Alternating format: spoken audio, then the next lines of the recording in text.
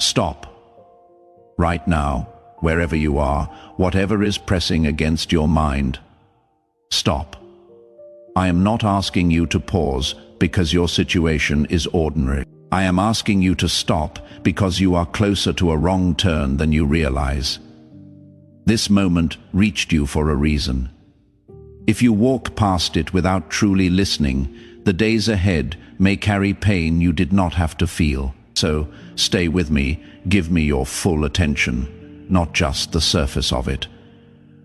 I am not speaking to your convenience right now.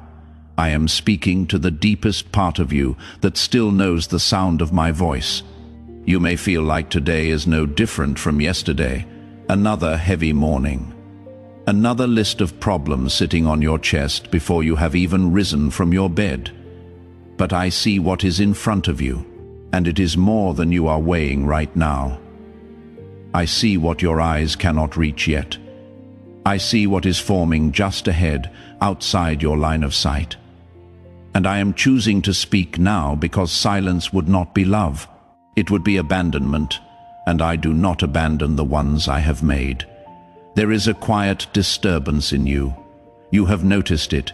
You have tried naming it stress, exhaustion, or simply a dark mood that will pass. But you have not fully admitted what you already sense, that something is not right. There is a tight feeling in your chest that will not leave. A pull toward something you know is not good for you. A door you keep standing near, reaching for the handle, telling yourself this time will be different.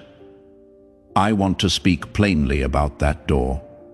I want you to understand why I am asking you not to open it. I am not speaking to you from a distance. I have been present in every quiet moment you have spent carrying weight that no one around you fully understood. I have been there in the long nights when your strength ran thin and no one was watching. I have seen the smiles you wore over real pain. I have seen the choices you made when your heart was starving for some kind of comfort. When loneliness became so loud, you would accept almost anything to quiet it down. I do not say this to shame you. I say it because I was there and I know the full story, not just the parts you show others. Because of what you have survived, a quiet lie has settled into your thinking. The lie says you are strong enough to go back. You handled it once, so you can handle it again. But endurance is not the same as wisdom. Being able to survive something is not the same as being permitted to keep returning to it. The fact that you made it through does not mean you are meant to go back. Some things were never designed to be revisited. They were designed to be left behind permanently so that what comes next has room to grow in the space they once occupied. I am not speaking to you with harshness. I am speaking the way a watchman speaks when he sees something approaching that the person inside cannot yet see. Not to frighten. To warn while there is still time to choose a different direction. I am reaching you now before the cost becomes something you carry for years. This is not a threat.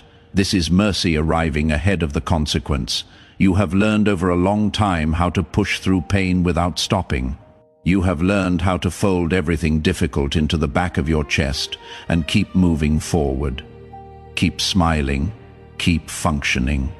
That capacity has served you, but it has also trained you to ignore signals your spirit is sending you, signals that are meant to protect you, not punish you. That unease you feel right now is not a malfunction. It is precision.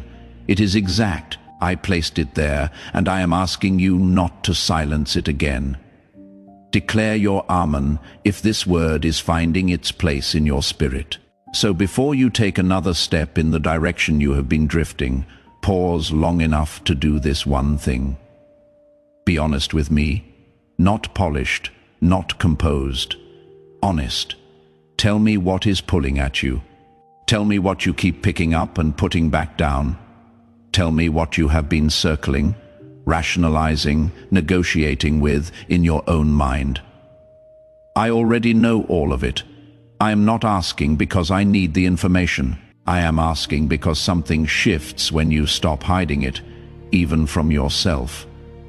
Honesty breaks the hold that secrecy builds, and right now, the thing pulling at you has more power than it deserves, partly because you have not yet fully named it in the light.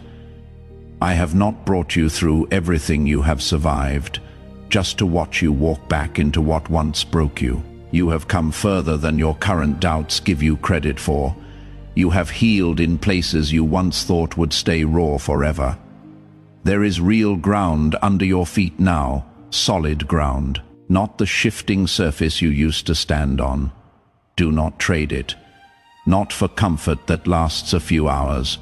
Not for relief that arrives with a hidden bill attached to it. Not for the familiar weight of something that once felt like connection, but left you more alone than before. Hear me now. The warning itself is proof of the love. I do not warn people I have abandoned. I do not speak ahead of time to those I have given up on. This word reaching you today is evidence that I am still watching, still near, still holding the door to a better direction open for you. Walk through it, not tomorrow. Now, you are standing right at the place where one small decision echoes forward into months. Choose the right one and do it with the full weight of what I have just said settling into you. You are living in a season crowded with voices. They come from every direction, and many of them are soft. That is the thing I most need you to understand. Soft does not mean safe. A voice that soothes you is not automatically a voice that serves you. A voice that makes the moment easier to bear is not automatically a voice that leads you towards something good. You have been making the mistake of measuring voices by how they feel as they arrive, rather than by what they leave behind once they have settled in. Think about this honestly. There are voices in your life, people, patterns in your own thinking, things you return to when you are tired, that make you feel instantly better in the moment, but leave you a little less anchored each time you walk away. You feel temporarily relieved. Then later, slower, quieter, you notice your clarity has softened. Your resolve has loosened. You are a little more willing to excuse something you were firm about the week before. That is not coincidence. That is the direction a voice was actually leading you while you were focused only on how it felt at the beginning. Comfort and truth are not always the same thing. They can travel together, yes, but they often do not. A voice can be warm and still carry something harmful underneath that warmth. A voice can sound like understanding and still be steering you away from real wisdom. A voice can make you feel deeply known, deeply seen, deeply heard, and still be moving you further from what is right. The feeling of being understood is powerful. I know that, especially when you have gone long stretches feeling unseen. But you cannot let that feeling become a reason to stop examining what is actually being offered to you. Declare, I believe, if you are receiving this into your spirit today. Here is what I want you to practice. When a voice reaches you, whether that is a person speaking, something you consume quietly in your private hours, or even a recurring thought that shows up dressed in gentle language, do not simply ask, how does this make me feel right now? Ask instead, what does this produce in me over the next several days? Do I feel clearer or more confused? Do I feel more rooted in truth or more willing to compromise things I know matter? Do I feel more courageous in what is right, or do I find myself looking for clever reasons to delay what I already know I need to do? Those questions cut through the surface quickly. They will show you things that tone of voice never reveals, because tone of voice can be manufactured. Anyone can speak softly. Anyone can choose gentle words. But what a voice actually produces in your spirit over time that cannot be faked for long. The fruit always tells the real story. Eventually, I want you to understand the method that works against your peace. It rarely arrives through obvious aggression. It rarely looks frightening. Instead, it often comes through permission, through words that sound like freedom but are actually the loosening of something important in you, through comfort that validates your pain without ever asking you to grow beyond it, through encouragement that feels good in the moment, but leaves you more attached to the very thing you needed to release, through reassurance that quietly lowers the standard you were holding yourself to until the standard disappears entirely and you barely notice it is gone. The goal of that kind of influence is always the same: to move you forward before wisdom has time to speak, to make compromise feel reasonable, to make the thing you know is wrong feel manageable, to make the door you needed to close feel like it still deserves to be open, and it rarely announces itself as danger. It arrives gently, wrapped in exactly what your tired heart was craving, at exactly the moment you were too worn out to examine it carefully.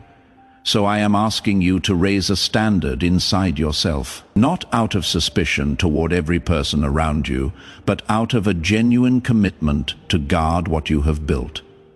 There is a real difference between being suspicious of everyone and being wise about what you allow in. Wisdom is not cold. Wisdom is not isolating. Wisdom is simply alert. It knows the difference between warmth that heals and warmth that numbs. It knows the difference between rest and avoidance. It knows when comfort is a gift and when comfort is a substitute for something harder and more necessary. My voice is different. I know you have felt the difference, even if you have not always been able to describe it. When I speak to you, something in your deepest place recognizes it. Not because the words always feel pleasant, but because they carry a quality that other voices do not. They carry weight without crushing you. They carry honesty without leaving you feeling abandoned. They may challenge you directly, but they also give you the grace to face what they ask of you. That is the signature. A word that challenges you and equips you at the same time is a word for me.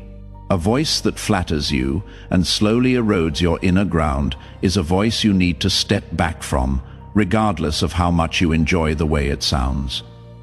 Let me into this part of your life, not as one more voice among many competing for your attention. As the primary voice, the one you bring everything else to, the one you hold other words up against to see what is true and what is not. Let me become familiar enough to you that imitation cannot fool you. Let me retrain your ears to the point where you know within a few sentences whether something is drawing you closer to peace or slowly pulling you away from it. This is not something that happens by accident. It requires you to spend enough quiet time with me that my voice becomes unmistakable. Start now. Start here. Let what I am speaking become the loudest thing in you today. There is something working against you that I need to name directly. Not because I want you to be frightened, but because naming it accurately is the first step toward not being controlled by it. The opposition to your peace does not generally work through obvious attacks. It does not usually announce itself. It works through subtle permission. It works by finding the place where you are most tired, most lonely, or most desperate for relief, and then offering you exactly what you crave at exactly that moment. And the offer always sounds reasonable. That is how you know to be careful. It will dress disobedience in the language of self-care. It will make an old harmful attachment sound like healing because it feels familiar. It will take your real, legitimate pain and use it as a justification for a choice that will produce even more pain later. It will speak the language of freedom while quietly tying you to something that keeps you in place. It will point to your exhaustion as evidence that you deserve relief, and then hand you something that only deepens the exhaustion once the initial comfort fades. I say this not to make you feel hunted. I say it because you are not powerless here. You are not at the mercy of every voice and pull that comes your way. You have been given something stronger than any of this discernment. And discernment does not work through suspicion. It works through steady attention, through the habit of pausing long enough to ask the right question before you move, through not letting how convincing something sounds be the only reason you agree to it. My child, I am asking you to place a portion of what you have, something of real weight, upon the altar of this work, as gold laid on the scales of this calling. Let it be a seed sown into deep water, an offering set on stone, not held back in fear. This is proof that your trust rests in my hand to provide, and that your heart no longer clings to lack. What you release in faith does not leave your life. It moves ahead of you into the harvest I am preparing. Here is the practice I want you to carry with you. Whenever a voice reaches you, whenever a pull arises, whenever a familiar pattern begins beckoning you back towards something you have already moved away from, bring that thing honestly to me, not with a prepared argument for why you should be allowed to have it, not already half committed and hoping I will confirm the decision you have already made. Come with an open hand and an honest question. Is this from you? Does this belong in my life right now? What will this produce in me if I accept it? Ask, and then be still enough to actually listen for the answer, not for a few seconds while your mind is already racing ahead. Actually still.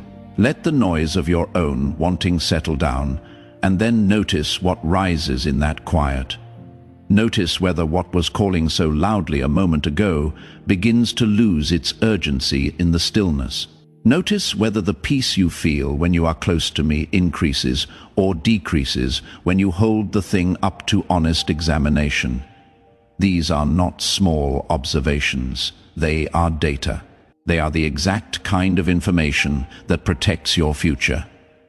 You have a history of knowing something was wrong before you could explain it. That internal signal is real. I placed it there. The problem is not that you lack the signal. The problem is that you have trained yourself to override it, usually by arguing yourself out of what you already sensed. You tell yourself you are being too cautious. You tell yourself it is not as serious as it feels.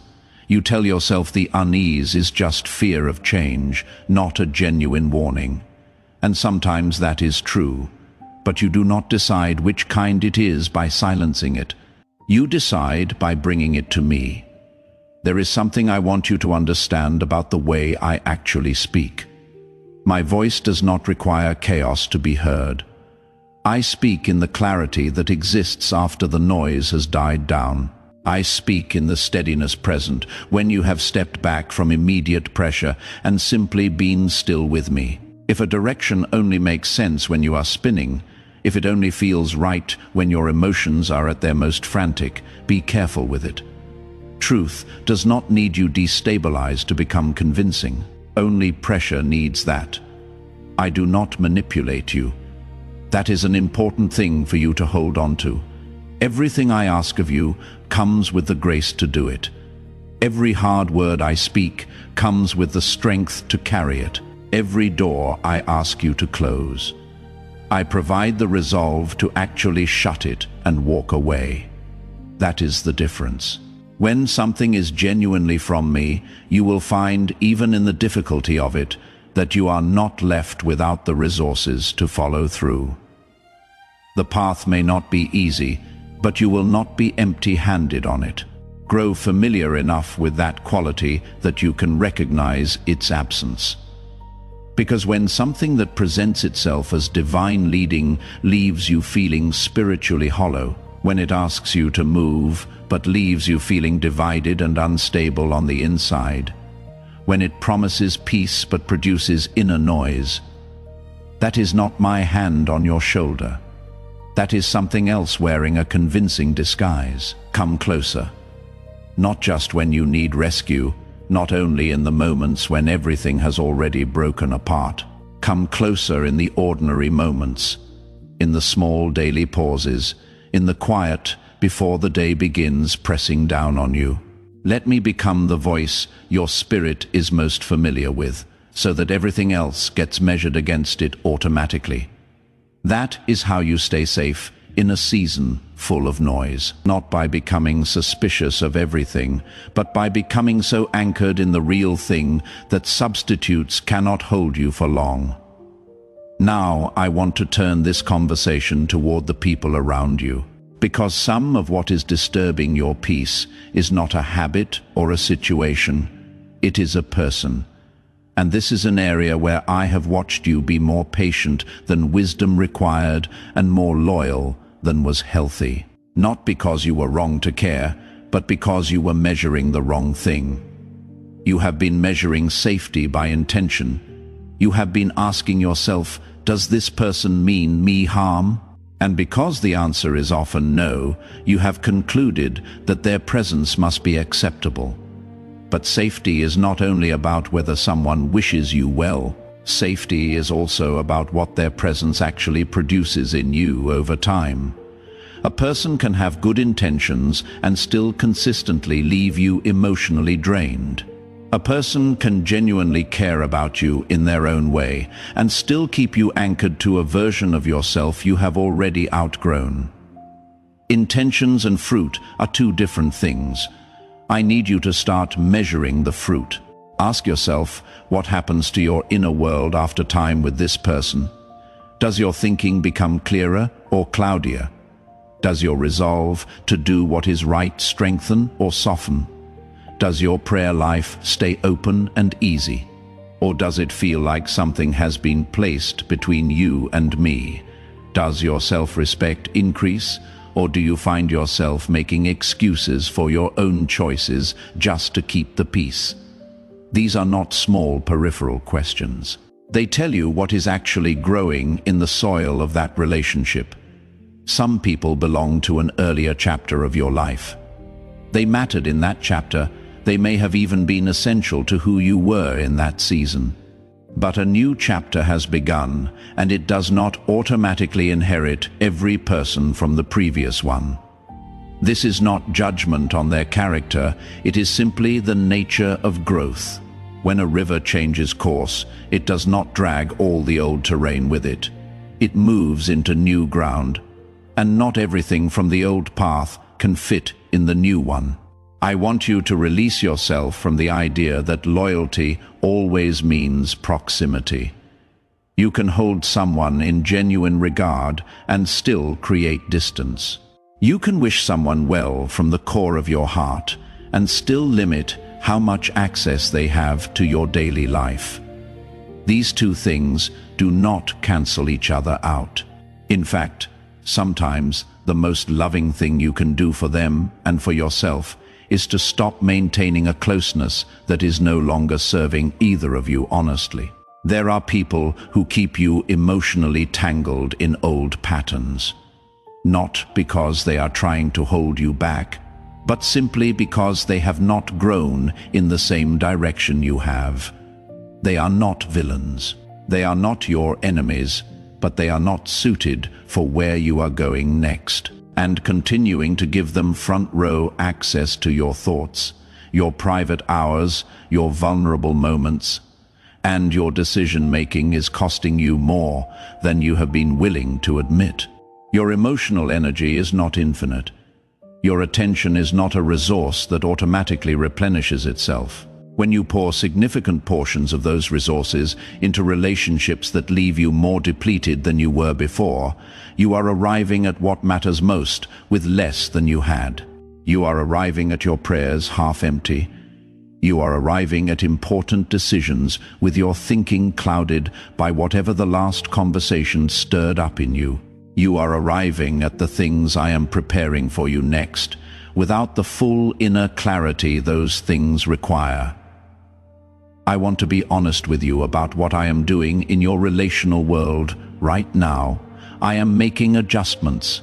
Some connections are being loosened. Some voices are moving toward the edges of your life. Some conversations are becoming less frequent and less central. And if you have noticed this and felt guilty, if you have tried to force proximity back into something that was gently fading, I am asking you to stop. Do not chase what I am moving. There is purpose in the shifting. When I quietly reduce certain connections, it is not because I want you isolated. Isolation is not what I am building. I am building space, clarity, a different kind of quiet around you. The kind of quiet where you can actually hear yourself think, where you can actually feel what is true versus what you have been told to feel by whoever is nearest. That kind of space is not emptiness. It is room for something better to arrive. So when a connection naturally cools, let it cool without guilt. When you notice that certain conversations are leaving you scattered rather than settled, stop returning to them as often. When your spirit consistently feels unsettled after time with a particular person, that is not pettiness on your part. That is discernment doing its job. Honor it. You do not need a dramatic event as permission to protect your inner atmosphere. You do not need to wait for a visible betrayal before you are allowed to create distance that your spirit has been requesting for some time already. You can do this without anger. You can do this without a confrontation or an explanation. You can simply begin being less available. Begin investing your limited time and emotional energy into relationships that leave you more anchored, more at peace, more truthful with yourself and with me. Begin gravitating toward the people in your life who make you feel more like the person I am building you into, not less. Guard your inner atmosphere carefully. What you allow to fill the space around your heart shapes your thinking, your decisions, your courage, and your sense of what is possible. Some of the greatest limits on your life right now are not external circumstances.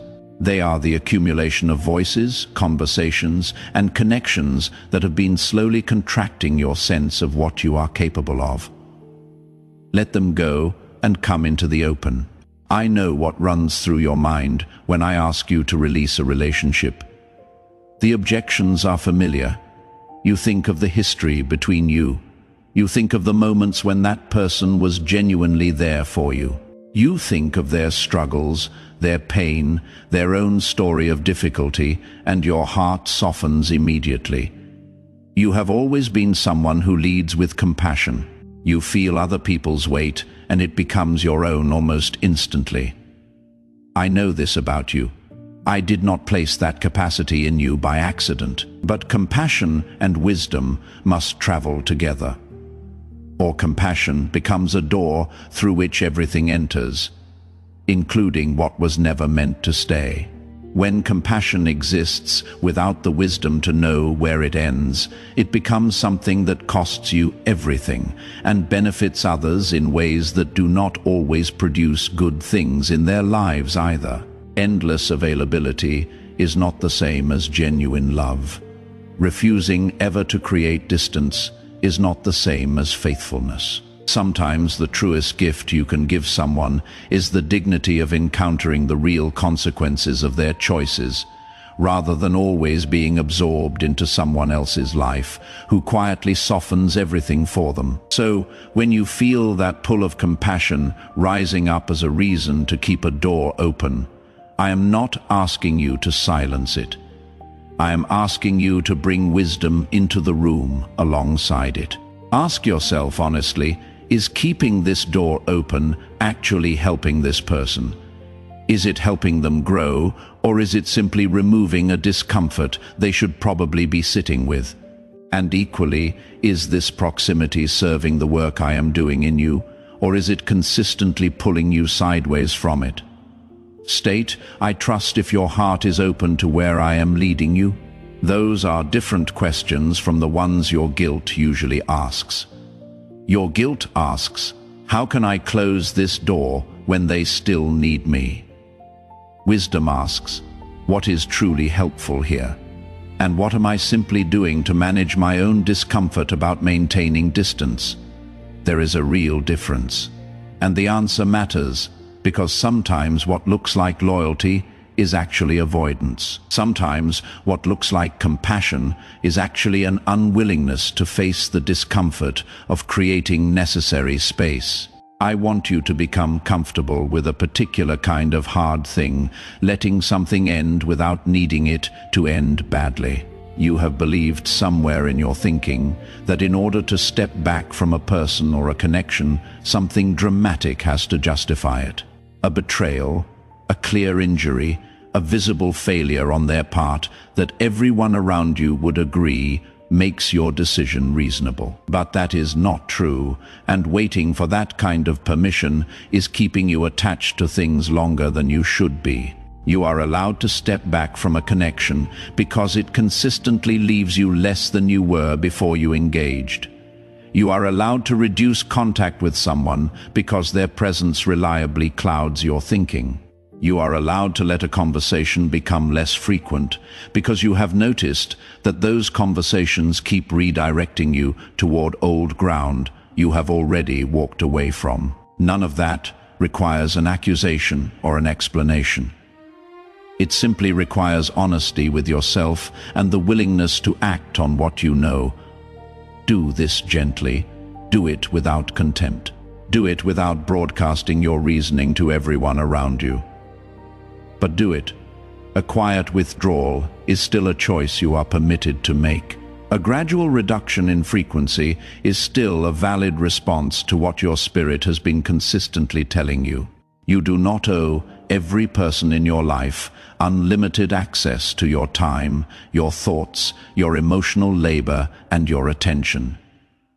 Those are finite resources, and they belong first to the life I am building in you. Here is something I want to settle in you permanently. The people I am placing in your life next, the ones I am preparing to walk with you into what comes after this season, they are people who will make your spirit feel larger, not smaller. They will make your thinking feel clearer after time with them, not murkier. They will speak honestly to you, even when honesty requires courage on their part. They will not require you to shrink yourself or soften your discernment in order to maintain closeness with them. They will not be threatened by the version of you that is becoming more whole and more settled. But those people cannot arrive in your life at the depth they are meant to if the space they would occupy is still full of connections that are slowly draining it. I am not making room in your life to leave it empty. I am making room so that something better can fully inhabit it. Trust the shifting. Trust that what is fading was not abandoned carelessly. Trust that I am curating, not clearing out. In the meantime, bring the people you are stepping back from into your prayers, not to fix them, not to manage their lives from a distance, but simply to release them to me properly. Let me be the one who tends to what they need. Let me be responsible for what happens in their story. Your stepping back does not mean they are forgotten. It means you are handing them to someone more capable of carrying them than you are. And it means you are finally picking up the version of your own life that has been waiting for you to have both hands free. I also want to speak to the guilt that has followed you whenever you have tried to protect your inner world.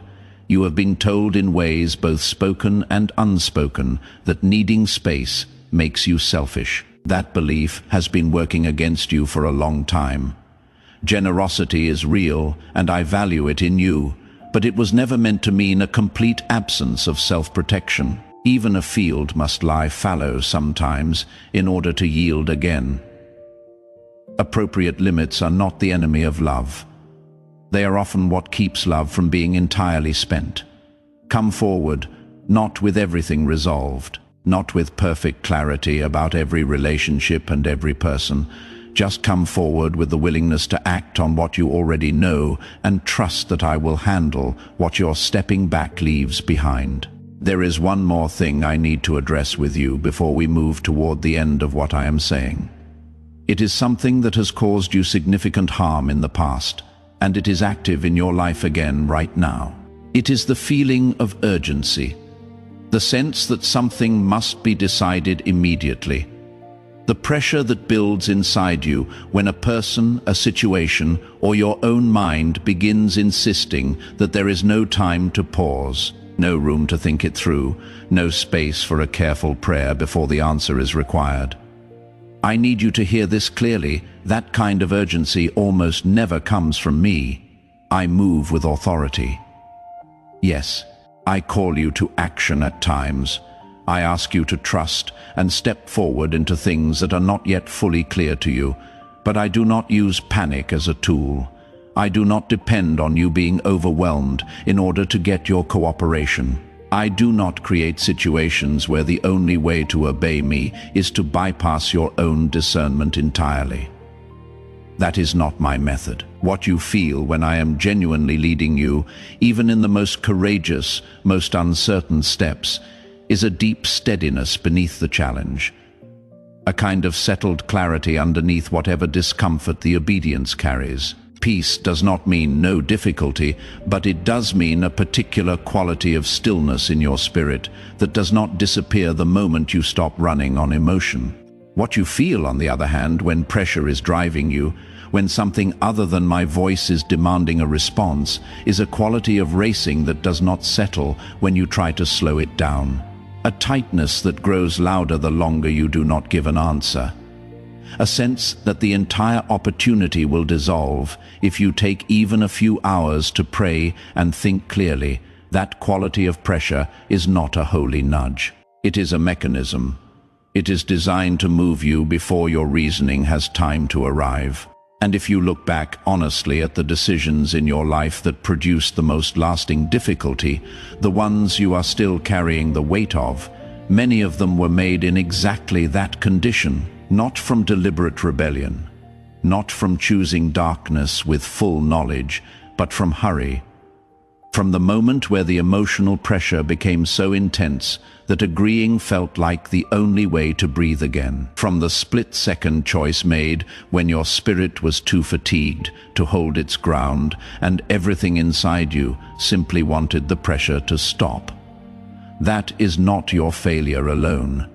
Pressure is a real force, and it works. But now you know how it works, and knowing changes the response you are allowed to give it. The next time you feel that rush rising, that urgent insistence that you must decide now, must respond immediately, must commit before you have had a chance to pray.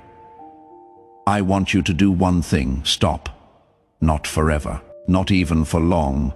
Simply stop long enough to ask, does this carry peace underneath it? Can this survive my honest prayer? Will this still feel true after I have given my spirit an hour to settle? Because here is what I know with certainty. Anything that is genuinely from me can wait for your prayer.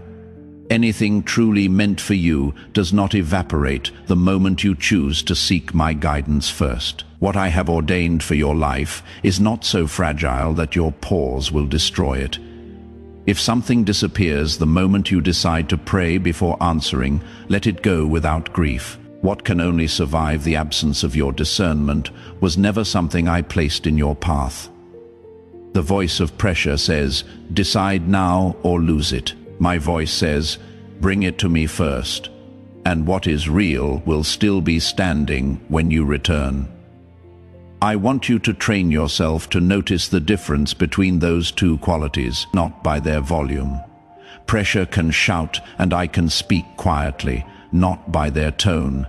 Pressure can imitate gentleness, but by what they do when you press pause. Pressure increases when you pause. It escalates, it becomes more insistent. It adds new reasons why waiting is dangerous, why delay will cost you, why the window is already closing. My leading does not do that. It stays consistent. It does not require the destabilization of your peace in order to remain persuasive. This matters practically right now in whatever situation is generating urgency in your life. Whatever is pushing at you in this season, a person demanding an answer, an old door pulling at you, an old pattern reasserting itself with new intensity. Bring it to stillness before you bring it to action. Sit down with it honestly, name it in prayer, ask me plainly whether it belongs in your life, and whether now is the time, and then be patient enough to wait for clarity before you move. There is also a practical difference worth naming. Holy conviction is consistent. When I am genuinely asking you to do something, the sense of it remains steady whether you pause or press forward. Anxious pressure, by contrast, feeds on attention. The longer you sit with it without acting, the louder it gets. Recognizing that pattern alone can protect you from decisions you would not be able to undo. Say, "I receive this," if these words are speaking directly to something you are navigating right now.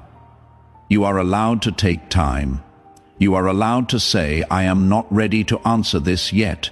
You are allowed to slow down without losing anything that was genuinely meant to stay.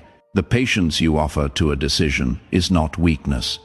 It is the single most protective thing you can do in a moment when pressure is telling you to run. Slow down, come to me, and let truth speak before urgency has a chance to sign your name to something that was never truly yours to carry. I want to close this conversation with the hardest truth I have spoken today, because I think it is the one you most need to sit with. You are standing at a point of decision. You have been here before, and in previous versions of this moment, you made the choice based on which path hurt less in the immediate hour. The path of letting something go felt sharp and immediate and real. The path of holding on felt easier, softer, more survivable. So you chose what hurt less right now, without fully accounting for what that choice was going to cost you over the following months. I want you to understand the difference between those two kinds of pain, not so that you feel guilty about the past, but so that you make a different calculation going forward. The pain that comes from obedience is immediate. You feel it the moment you make the right choice. You feel the ache of a door closing, the weight of an absence, the discomfort of a boundary held, the strange grief of saying no to something your heart still wants. That pain is real. I am not going to tell you it is not. It costs something genuine to choose rightly when everything in you is pulling in another direction. But that pain has a direction. It moves forward. It begins to diminish with time as the right choice takes root and begins producing something in your life. The space that seemed so empty after a right decision begins slowly filling with clarity, with settled thinking, with a deeper kind of peace that does not require constant maintenance or negotiation, with the capacity to hear my voice more cleanly because the interference has been removed. The obedient choice that cost you so much in the moment is the same choice that months from now you will look back on as the one that finally allowed something good to take hold. The pain that comes from continuing to go against what you know, that pain moves differently. It begins quietly. There is relief at first. The pressure of the immediate moment releases. The familiar comfort returns. And for a while, it seems like the right choice was the one that felt easier. But underneath, slowly, in places you do not examine every day, something is accumulating. A dullness that settles over your spirit a little at a time. A growing distance from the clarity you once had.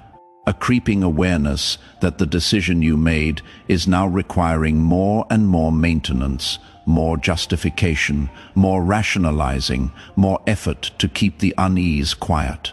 And the more you maintain it, the more entangled you become. That is the nature of the wrong path.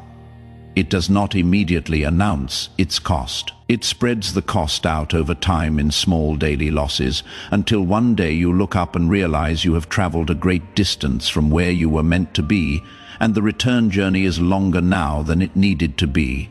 My child, I am telling you this because I want you to choose the clean pain, the sharp, immediate, fully felt pain of the right decision.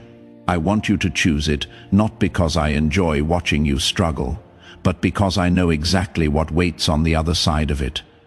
I have seen the whole road. You are standing at the beginning of a stretch that looks difficult, but I have seen where it opens up. I have seen what is waiting for you past the discomfort of this choice, and I am telling you clearly, it is worth it. The price of obedience today is small compared to the cost of another long season of circling the same ground. I do not ask you to pretend the right choice is easy.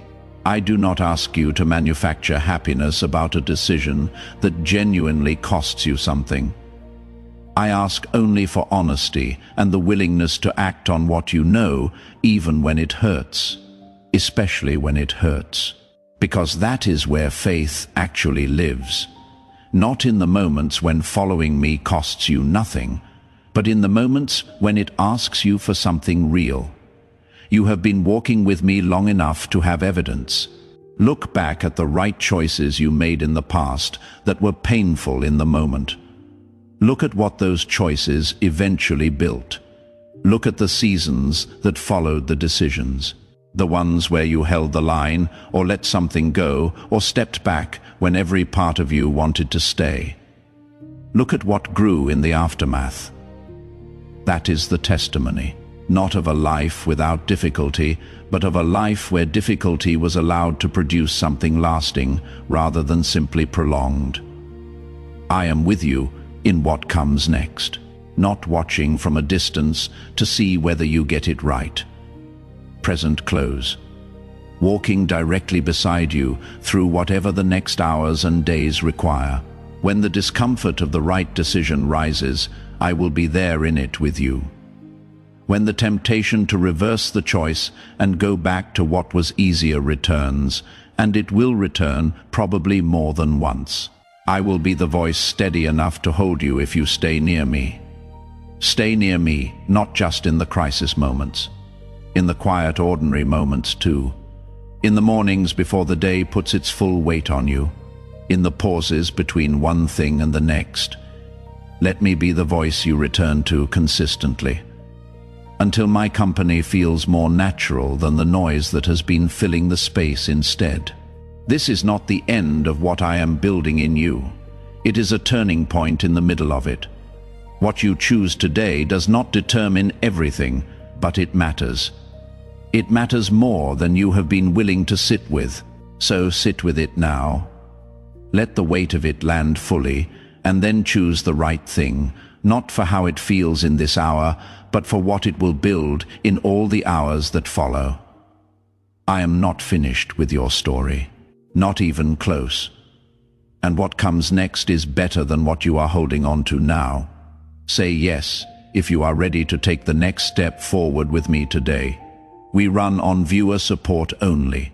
For exclusive member-only content, scan the QR or see the pinned comment. God bless you. Do not let this sacred moment of destiny pass you by. Your breakthrough is waiting.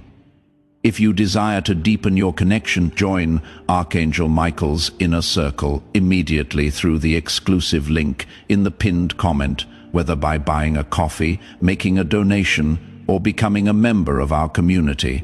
This is how you guarantee you never miss the direct, personalized messages that are specifically meant to elevate and empower your life. But your presence, attention, and energy already mean the world. Take the step. Your abundance awaits.